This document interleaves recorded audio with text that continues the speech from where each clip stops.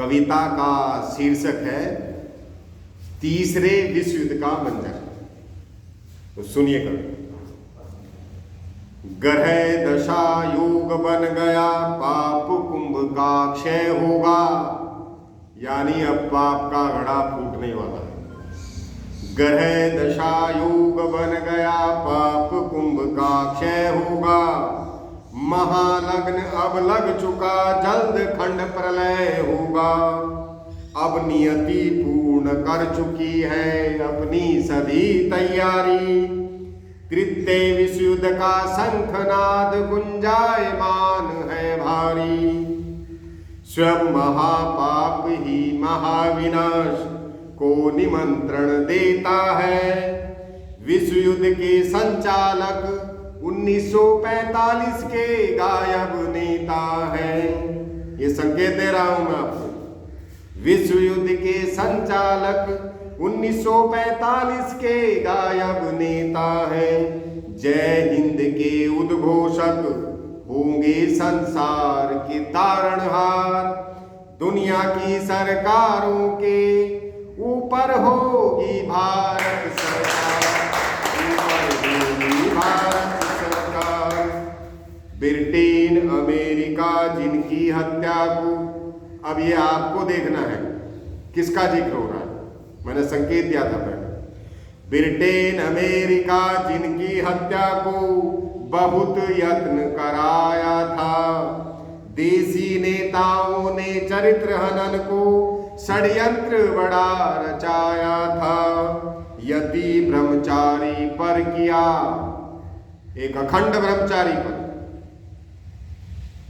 एक विदेशी महिला के साथ साजिश रच करके उसे पैसे का लालच दे करके उनकी पत्नी बनाया गया और एक बेटी भी बताई गई। यति ब्रह्मचारी पर किया पत्नी बेटी का आरोप बंधन, उनके जीवित होने की खबरें मक्कार भेजते थे लंदन। अपने महानायक पर करता कोई इतना घात नहीं, भारत सरकार ने दिया कभी भी उनका साथ नहीं। अब देश धर्मद्रोही नेता, अब देश धर्मद्रोही नेता खाएंगे उनकी फटकार, दुनिया की सरकारों के ऊपर होगी भारत सरकार, ऊपर होगी भारत सरकार। जिनका 80 वर्ष अज्ञातवास, देश से गए हुए 80 वर्ष हो चुके उन्हें, जिनका 80 वर्ष अज्ञातवास, तप त्याग अति भारी है, वे राम कृष्ण से बढ़कर महायोगेश्वर अवतारी हैं। थे राम 12 कृष्ण 16, वे हैं 24 कलाधारी, उनका जीवन दुनिया में है सर्वाधिक विस्मयकारी। दूसरे विश्व युद्ध में जो मुद्दे थे रह गए अधूरे, सुभाष हल करेंगे सब, वो भारत हित होंगे पूरे।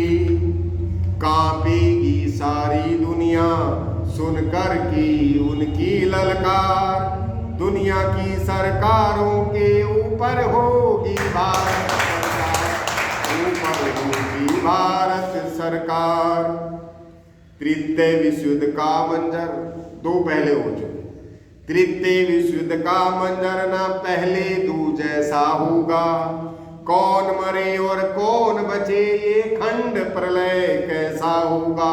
जब सृष्टि का अंत होता है तो उसे कहते हैं महाप्रलय, और यह है खंड प्रलय, जैसे महाभारत में। युद्ध में बरसेगी बायो एटम हाइड्रोजन बमों की आग, संसार के 4 अरब मानुष खंड प्रलय में होंगे राख। ना ऐसा देश बचे कोई जहां ना इसका होगा असर, जल थल नभ से वज्रपात बाकी छोड़े ना कोई कसर। भारतीय शत्रु का पूरा पूरा, भारतीय शत्रु का पूरा पूरा हिसाब करेंगे लेखाकार। दुनिया की सरकारों के ऊपर होगी भारत सरकार, ऊपर होगी भारत सरकार। अनंत धूल धुआं मिट्टी, जब विश्व युद्ध होगा तो क्या हालत होगी? अनंत धूल धुआं मिट्टी, नील गगन छा जाएगी। कई महीने सारी दुनिया सूरज देख न पाएगी।